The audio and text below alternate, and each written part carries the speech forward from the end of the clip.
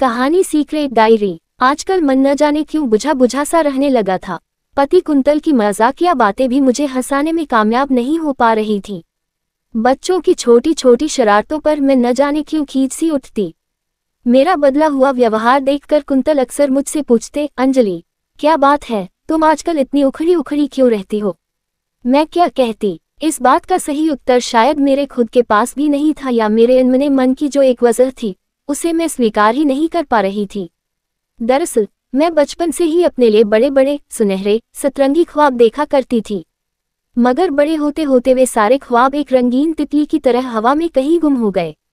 ये बात मुझे खटकती तो बहुत पहले से थी, पर आजकल अपनी हमउम्र पड़ोसन सोनल, जो मेरी सहेली भी बन चुकी थी, की बातें मुझे ज्यादा परेशान कर रही थी। जैसे कल शाम ही उसने मुझसे कहा था, इतनी होशियार और स्मार्ट होकर भी तुम दिन भर घर में ही रहती हो, सिंपल सी हाउसवाइफ बनकर। अंजलि, आज के जमाने में सिर्फ हाउसवाइफ बनकर कौन रहता है। सच ही तो कहती है सोनल, एक टिपिकल हाउसवाइफ ही तो बनकर रह गई हूं मैं। कुंतल की पत्नी और रोहित मोहित की मॉम, बस इतनी सी ही तो पहचान है मेरी। यही सब सोचते हुए सुबह के ढेर सारे कामों के बीच मैं ऑफिस जाते कुंतल का लंच बॉक्स उन्हें देते हुए बाय कहने लगी, तो कुंतल ने अपने होठों का एक मीठा सा स्पर्श मेरे दाएं गाल पर देते हुए कहा, अपनी माँ को कॉल कर लेना, तुम्हारी माँ ही तुम्हारा मूड ठीक कर सकती है। फिर तुम्हारे अच्छे मूड के साथ शाम को मिलता हूँ। ओके बाय, कहते हुए कुंतल ऑफिस चले गए। सच, मेरी माँ कम और सहेली ज्यादा थी। मेरे मन की दुविधा को वे फोन पर भी समझ जाती थी, तभी तो मैं हर छोटी बड़ी बात पर माँ से बात कर लेती थी।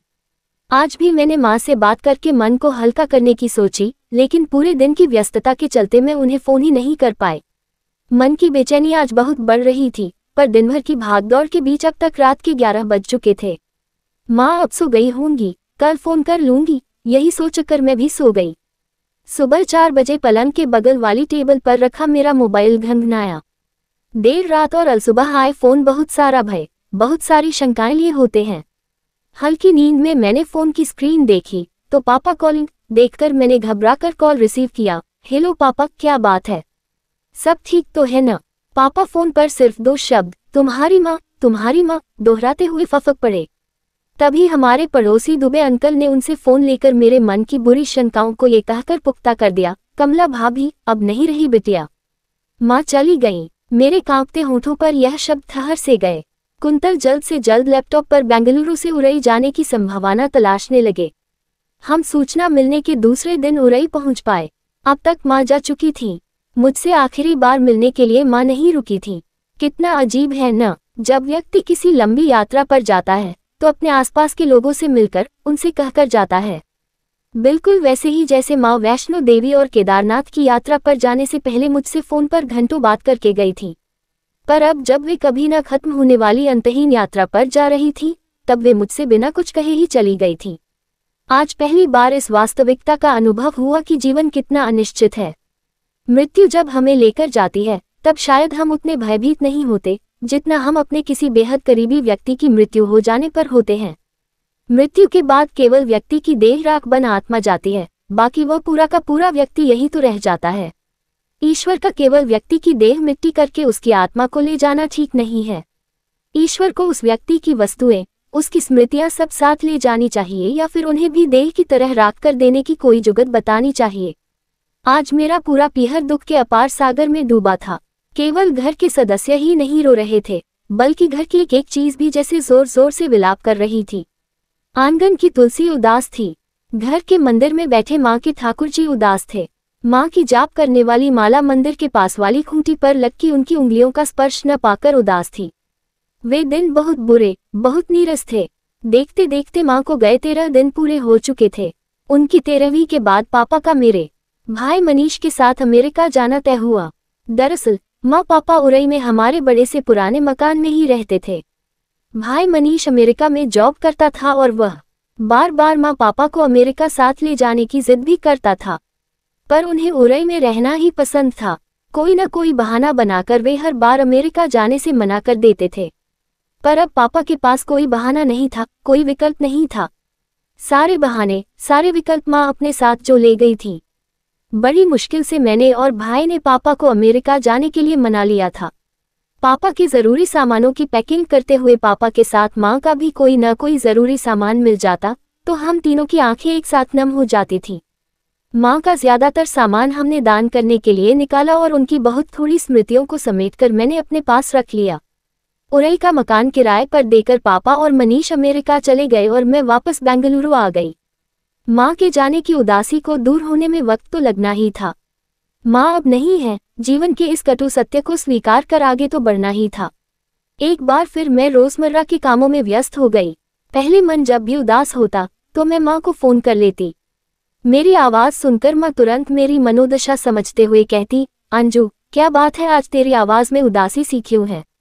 और जब मैं खुश होती तो वे कहती, अंजू आज बड़ा चहक रही है, मगर अब क्या करूं, कौन समझ पाएगा मेरी मनस्थिति को? माँ की तरह अपने बच्चों का मन कौन समझ पाता है भला? कोई भी तो नहीं। ये सोचते हुए मुझे उरई से लाए माँ के सामानों की याद आए और उनके सामान को, उनकी स्मृतियों को छूकर देखने लगी। उनकी कॉटन की कलफ लगी साड़ियाँ, कुछ बनारसी तो कुछ सिल्क की साड़ियाँ, लाल हरी चूड़ियाँ, कितना कुछ था उस कार्टून में, और साथ ही उनकी पसंदीदा कुछ किताबें जिनमें उपन्यास, कुछ कहानी संग्रह और साथ ही एक भूरी जिल्द वाली डायरी। मैंने डायरी शब्द को बुदबुदाते हुए उसे खोला तो डायरी के पहले पेज पर माँ की सुंदर लिखावट में मेरी सीक्रेट डायरी लिखा पाया। माँ डायरी लिखती थी, पर कब? मैंने खुद से सवाल करते हुए धीरे धीरे उसे पलटना शुरू किया तो पहले पन्ने पर लिखा पाया, तारीख 12 दिसंबर 2003। अंजू के ब्याह को आज 3 महीने पूरे हुए। बेटा मनीष अब अमेरिका चला गया है। आज उरई में बड़ी तेज सर्दी है। आज मुझे अंजू और मनीष की बड़ी याद आ रही है। अगर वे दोनों पास होते तो ऐसे मौसम में वे मुझसे तिल गुड़ की चिक्की बनवाने की जिद करते। पर कोई बात नहीं, अंजू के पापा और अपने लिए चिक्की बना लेती हूँ। जीवन के हर पल का मजा लेना चाहिए। बच्चे नहीं तो हम दोनों ही सर्दियां मनाते हैं। इनकी पत्नी कमला। मैंने मुस्कुराते हुए माँ की डायरी का अगला पेज खोला। तारीख 3 मार्च 2004। आज मेरा मन खूब सज संवर कर अंजू के पापा के साथ कहीं बाहर घूमने जाने का है, इसलिए मैंने उन्हें खजुराहो चलने के लिए मना लिया। अभी सर्द मौसम अलविदा कह चुका है और ग्रीष्म ऋतु अभी थोड़ी दूर है। ये खजुराहो घूमने के लिए सबसे आदर्श समय है। एक घुमक्कड़ी कमला। ये सब माँ ने लिखा था। माँ कितनी मोहक बातें लिखती थी। मैं अगला पेज पलटने ही वाली थी कि मेरे दोनों बेटे रोहित मोहित स्कूल से आ गए। डायरी को जस का तस रखते हुए मैं उनके साथ व्यस्त हो गई। शाम होने पर हम अक्सर अपनी सोसाइटी के पार्क में जाते थे। वहीं बच्चे खेलते कूदते थे और हम बड़े 2-4 गप्पे मार लेते थे। आज बातचीत का मुद्दा था आत्मनिर्भर औरतें। वहां मौजूद सभी महिलाएं अपनी अपनी बात रख रही थीं। हमारी सोसाइटी की ज्यादातर महिलाएं कामकाजी थीं। जो नहीं थीं, वे अपना कुछ काम शुरू करने का सोच रही थीं। आज की महिला बस घर गृहस्थी में व्यस्त नहीं रह सकती।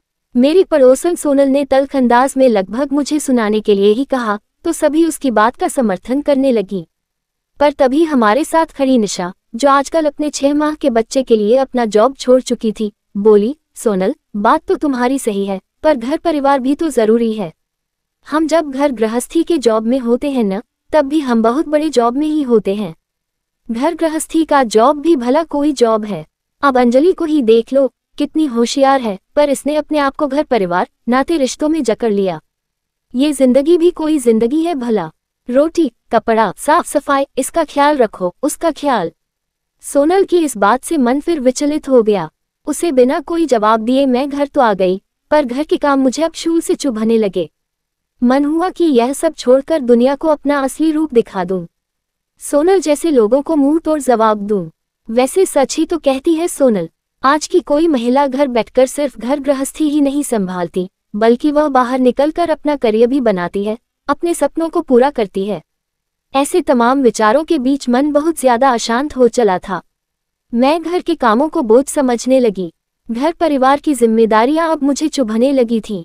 अगले ही दिन अन्ना सा मन लिए मैंने अपने मी टाइम में, यानी रोहित मोहित के स्कूल और कुंतल के ऑफिस जाने के बाद माँ की डायरी को खोला। तारीख 2 अक्टूबर 2015। आज बगल में रह रही नेहा बड़ी परेशान थी। उसे गृहिणी शब्द कचोटता है। वह बाहर की दुनिया में कुछ करना चाहती है और यही सोच सोचकर वह तनाव में रहने लगी है। मैं उसे अक्सर समझाती रहती हूँ कि अगर स्त्रियों में कुछ करने की चाह है तो ये तो बहुत अच्छी बात है, पर इस बात के लिए तनाव क्यों? इसी तरह गली के पहले मकान में रह रही सरला की बहू है। वह भी हमेशा अपनी महत्वाकांक्षाओं के चलते अपनी 7 माह की बेटी को कोसती रहती है। मुझे समझ में नहीं आता कि स्त्रियों की यह कैसी महत्वाकांक्षाएं हैं। क्यों आज की स्त्रियां सफल होने के चक्कर में सुकून त्याग रही हैं? मुझे नहीं पता कि उन्हें क्या सिद्ध करना है। ज्ञानी कमला। मैं मुस्कुराए और खुद को हल्का महसूस करती हुई डायरी के सबसे आखिरी पन्ने को पढ़ने लगी। तारीख 28 अक्टूबर 2023। आज मन बहुत हल्का है, जैसे कोई यात्रा पूरी होने को है। बेटी अंजू से यूं तो हर तीसरे दिन बात होती है, पर आज उसके लिए अपनी इस सीक्रेट डायरी में कुछ लिखने का मन है। आजकल की स्त्रियां सफल तो बहुत हैं, पर आत्मसंतुष्टि से पूरी तरह खाली हैं। वे न जाने क्या खोज रही हैं। बेटा, जीवन में सपने जरूर देखना, मगर सपनों को जीवन पर हावी मत होने देना, क्योंकि जीवन केवल सपना नहीं है। तुम्हारे पास जो है उसकी कीमत समझना। मुझे पता है कि तुम एक बहुत ही महत्वाकांक्षी लड़की रही हो, पर आजकल तुम कुछ न कर पाने पर छटपटा रही हो। लेकिन तुम जो कर रही हो ना, वह काम भी खुद में बहुत बड़ा है। हाउसवाइफ होना दुनिया का सबसे बड़ा काम है। तुम चाहो तो अपने लिए बाहर की दुनिया में भी जगह बनाना, पर खुद को तनाव में रखकर नहीं। किसी के लिए खुद को सिद्ध करने के लिए नहीं। जो करना अपने लिए करना, अपने सुकून के लिए करना। तुम्हारी माँ कमला। 28 अक्टूबर। इसी रात तो माँ चल बसी थी। माँ ने अपने जाने से पहले मेरे लिए यह पन्ना लिखा था। मैं हैरान थी कि इतनी दूर भी माँ ने मेरे सारे सवालों का जवाब लिखकर मुझे भेज दिया था। उनकी पूरी डायरी में जिंदादिली से भरी बातें लिखी थीं। हाथ भर चूड़ी पहनने वाली मेरी माँ हर काम में होशियार थी। उनकी सबसे बड़ी कला ये थी कि वे हर परिस्थिति में खुद को खुश रखना जानती थीं। सच, हम आज की महिलाएं खुद को साबित करने के चक्कर में ये भूल जाते हैं कि हमारे लिए आज भी सबसे बड़ी चीज़ हमारा सुकून है। माँ की डायरी ने आज मुझे आत्मसंतुष्टि से भर दिया था। अब मैं जैसी भी थी, जो थी, खुद को खुशी खुशी स्वीकार थी। हर माँ ने मेरी माँ की तरह कोई सीक्रेट डायरी लिखी हो, यह ज़रूरी तो नहीं।